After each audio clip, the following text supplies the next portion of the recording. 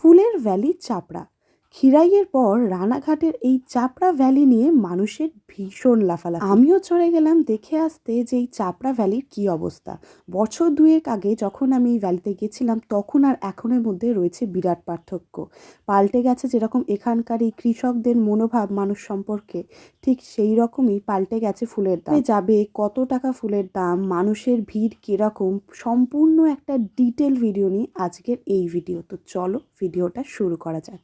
প্রথমেই প্রশ্ন আসে যে কিভাবে যাবে। একটা প্রশ্ন আসে যে কিভাবে যাবে।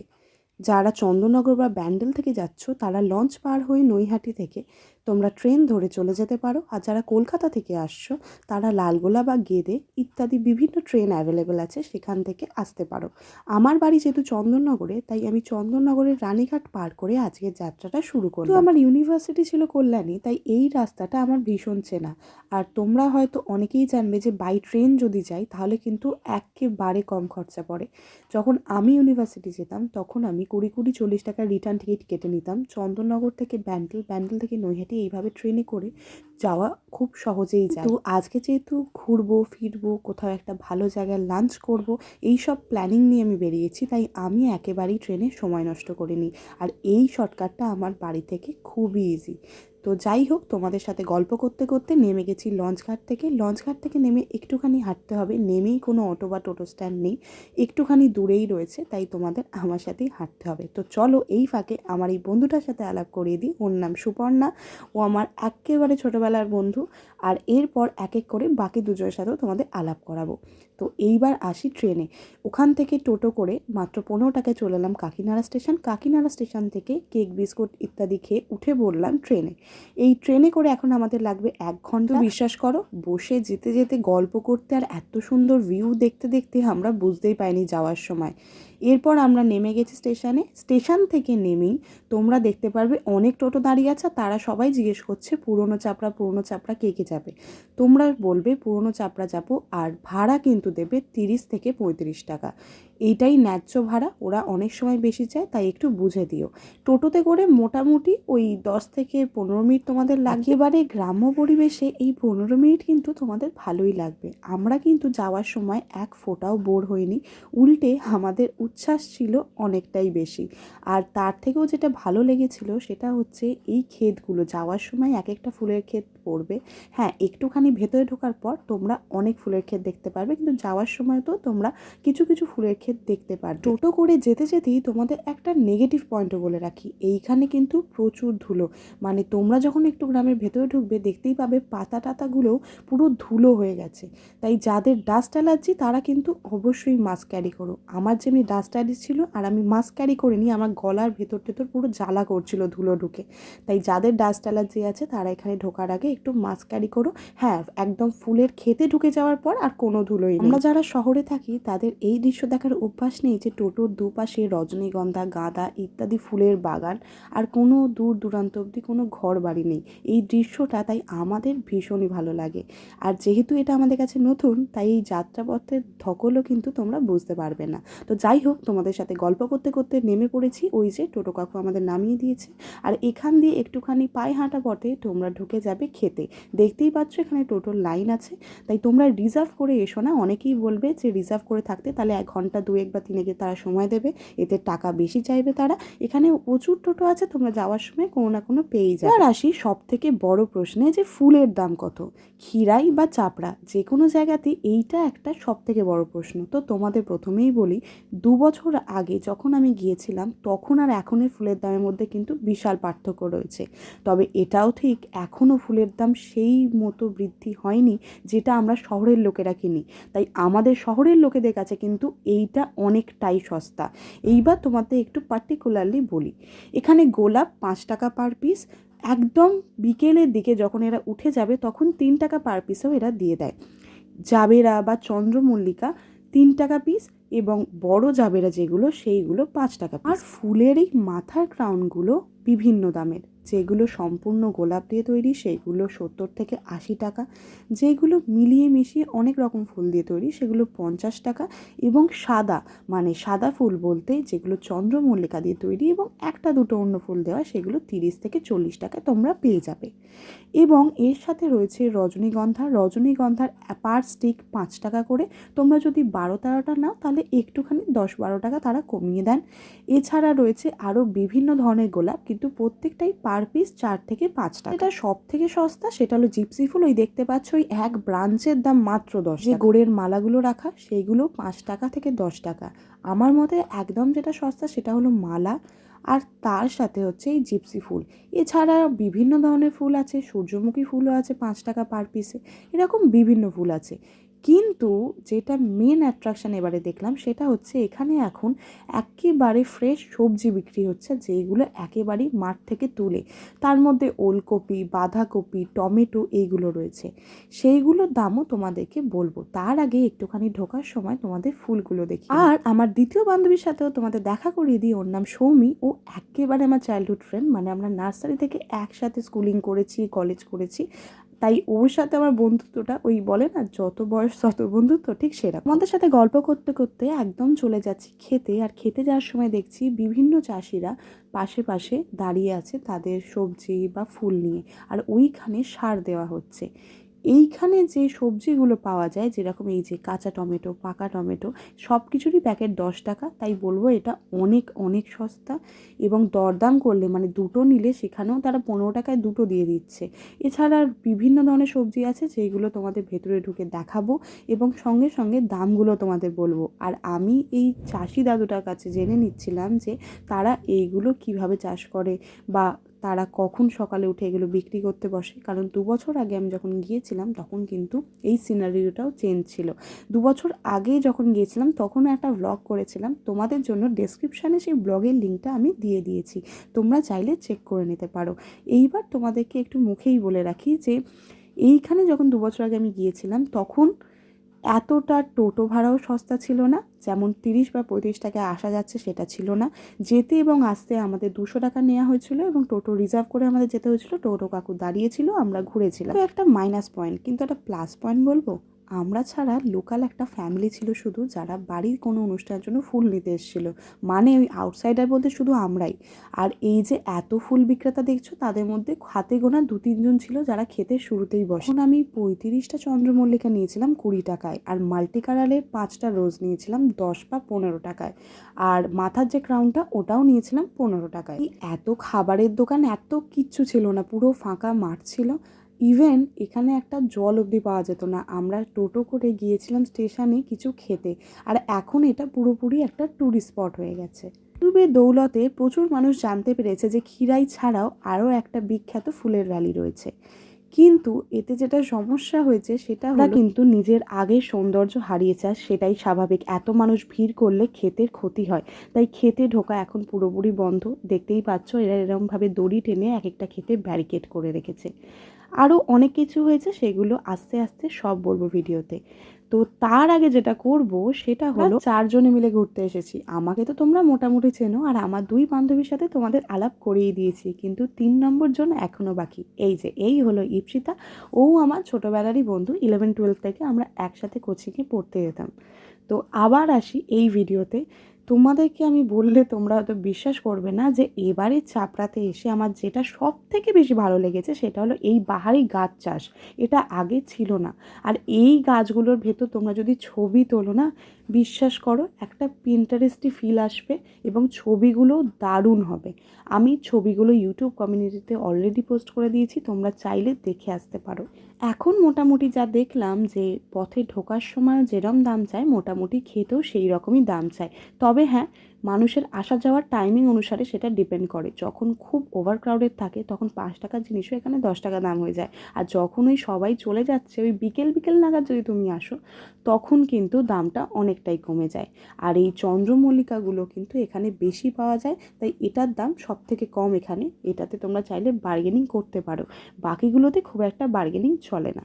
আর এই যে চন্দ্রমল্লিকার ক্ষেত, এই চন্দ্রমল্লিকার ক্ষেতেই তোমরা দেখবে মানুষ প্রচুর ছবি তুলেছে। এইগুলো সম্ভব তখনই যখন তুমি সকাল সকাল আসবে, মানে ওই ভোর 6টা থেকে 7টা, এবং তোমার চাষি বন্ধুদের থেকে তুমি কিছু কিনবে, তাহলে তারা পারমিশন দেয় এইখানে গিয়ে ছবি তোলার। আদারওয়াইজ কিন্তু এই ক্ষেতে ঢুকে ছবি তোলা যায় না। এবং এই কথাটা আমি বলছি না, এখানকারই এক কৃষক, সেটাও শোনাবো তোমাদের এই ভিডিওতেই। তার আগে তোমাদেরকে ক্ষেতটা পুরো ঘুরিয়ে নিই। সাদা চন্দ্রমল্লিকার পর এখানে আমরা গিয়েছিলাম দেখতে হলুদ চন্দ্রমল্লিকা। আর এই ফুলগুলো সূর্যের আলো এত সুন্দর লাগছিল যে কি বলবো। এই ক্ষেতটাই কিন্তু সকালের দিকে ঢুকতে দেওয়া হয়। তোমরা যদি ওই 10টা 11টা নাগাদ আসো তাহলে এখানে যেতে পারবে। আর এইখানে দেখা হয়ে গেল এই মিষ্টি বাছুরটার সাথে। এইখানে না একটা বাচ্চা এসে কিছু রজনীগন্ধা ফুল নিয়ে বেচারিকে সাজাচ্ছিল, জানো। মানে আমি ভাবি বাচ্চাদের মন কতটা নিষ্পাপ হয়, ওই একটুখানি ফুল পেয়ে সেইগুলো নিয়ে সাজাতে চলে এসছে বাছুরটাকে। আর এইটাই আমরা দাঁড়িয়ে দাঁড়িয়ে দেখছিলাম। আর পিছনে আমার ওই বান্ধবী ওর ছবি তুলছিল, বলছিল এত মিষ্টি দেখতে। তো ওর পাশ দিয়েই আমরা চলে গেলাম রজনীগন্ধার ক্ষেতে। আর এই ক্ষেতটা এত সুন্দর, একটু বিকেলবেলা এলে রজনীগন্ধার গন্ধতে এই ক্ষেতটা মোমো করবে। তারপর আস্তে আস্তে হঠাৎ চোখ পড়লো যে আরে এগুলো তো টমেটো গাছ। দেখলাম যে হ্যাঁ, সারা ক্ষেত এত সুন্দর সুন্দর টমেটো হয়ে আছে। আমি ভাবলাম এইগুলোরও একটু ভিডিও করি। আর এরা টমেটোগুলোকে কেটে খালেই রেখে দেয়, যখন যেরকম কাস্টমার আসে তারা এসে খাল থেকে ওগুলোকে নিয়ে যায়। আর যেগুলো থাকে সেগুলো দরকার অনুসারে তারা কাটে। এরপর আমি এলাম এই মেয়েটির কাছে। অনেকক্ষণ ধরে দেখছিলাম ও মালা বুনছিল। এই মালাগুলো 5 থেকে 10 টাকা করে ওরা চাইলো। এইবার বলি, তোমরা যখন গোটা ক্ষেত ঘুরবে তখন একটা অসুবিধার মধ্যে পড়বে। এই সরু খাল বরাবর হাঁটা কিন্তু খুব একটা সহজ নয় যারা গ্রামে থাকে না তাদের জন্য। আর আমি মোটামুটি 2 থেকে 2.5 ঘন্টা এখানে ছিলাম। আমি কম করে 6 থেকে 7 জনকে পাশের জলে পড়ে যেতে দেখেছি। পড়ে যাওয়া তো একরকম, এখানে যেটা ভয় থাকে মেনলি পা মুচকে যাওয়ার। আমারও পাটা একবার মোচকাতে মোচকাতে আমি বেঁচেছি। আর এই যে ইনি যেমভাবে আসছেন সেইভাবেই একটু চোখ খুলে নিচের দিকে তাকিয়ে আসতে হবে, তাকালে কিন্তু হবে না। এইবার তোমাদের নিয়ে যাই আমার সব থেকে পছন্দের জায়গায়। এই জায়গাটায় তোমরা এসে প্রচুর ছবি তুলতে পারো। এত ভালো জায়গাটার, এত পিন্টারেস্টি একটা লুক দিচ্ছে। আশা করি তোমাদের সবার ছবি এখানে দারুণ উঠবে। আমি এখানে প্রচুর ছবি তুলেছি। আর আমার সব থেকে বেশি এই জায়গাটাই ভালো লেগেছে, কারণ বাকি ক্ষেতে এখানকার কৃষকরা ঢুকতেই দেন না। কেন দেন না সব কথাই তোমাদেরকে শেয়ার করব, এবং ঢুকলে কি ফাইন হয় সব কিছুই তোমাদেরকে আমি ভিডিওতে ডিটেলে বলবো। তাই ভিডিওটা একটু লং লাগতে পারে, কিন্তু পুরোটা দেখতে পারো, তোমাদেরই সুবিধা হবে। এইবার আমরা চলে এসেছি সূর্যমুখী ক্ষেতে। সূর্যমুখী ক্ষেতটা কিন্তু একেবারে শুরুতে, মানে তোমরা যখনই টোটো থেকে নামবে একদম শুরুতেই রয়েছে সূর্যমুখী ক্ষেত। এইখানে কিন্তু ক্ষেতের মধ্যে আর 3 থেকে 4টে গাছই পড়ে আছে, আর গাছ নেই। আরেকটা তোমাদের দেখাই, এইখানে গ্রিন হাউস রয়েছে যেখানে গাছ চাষ হয়, সেইখানে এই কাকুটা বসে। এইখানে কিন্তু দাম আরও কম। এই যে এক বান্ডিল দেখছো, এই বান্ডিলের দাম মাত্র 25 টাকা। তো চলো, তোমাদের সাথে প্রচুর ঘুরে ফিরেছি। এইবার তোমাদের দেখাই ক্রাউডটা।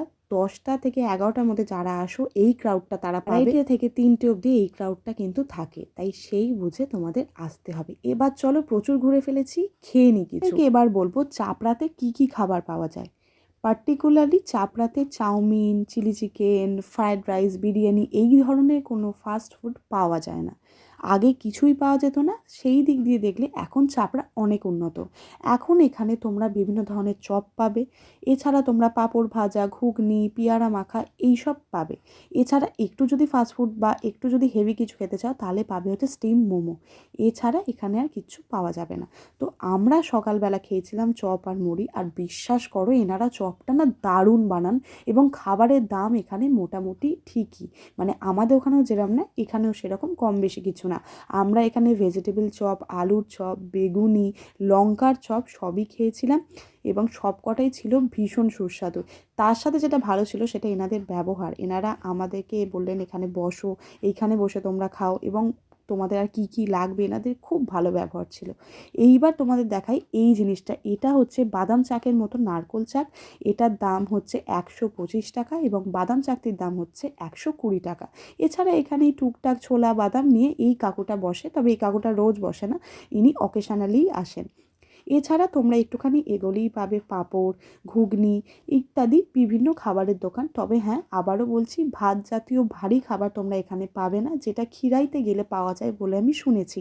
আমি নিজে কখনো আজ অব্দি খিরাই যাইনি। হ্যাঁ, আরেকটা ভালো জিনিস এখানে পাওয়া যায়, সেটা কি করে মিস করলাম, সেটা হলো ফুচকা। আমরা মেয়েরা যা ফুচকা ভালোবাসি, তাই এইটা কিন্তু আমাদের জন্য অনেকটাই রিফ্রেশিং। আর এইখানে আমি ফুচকা খাইনি, আমার বান্ধবীই শুধু খাচ্ছিল, কারণ তার আগে মুড়ি আর চপ খেয়ে আমার পেট একেবারে হাঁসফাঁস করছিল। তো এইবার তোমাদের বলি, খেতে কেন ঢুকতে দাও? ঢুকবো তো ভেতরে হবে না? কিন্তু কেন তুমি যে বললে এবার তো বললে তো আমাদের তো পারমিশনটা নেবা। বাবা এর ভিতর ঢুকলি এই দেখেন না কম এরা এরা মানে গাল শুনবে তাই এমন জায়গায় তুলবো দেখাইছে পারাবো না।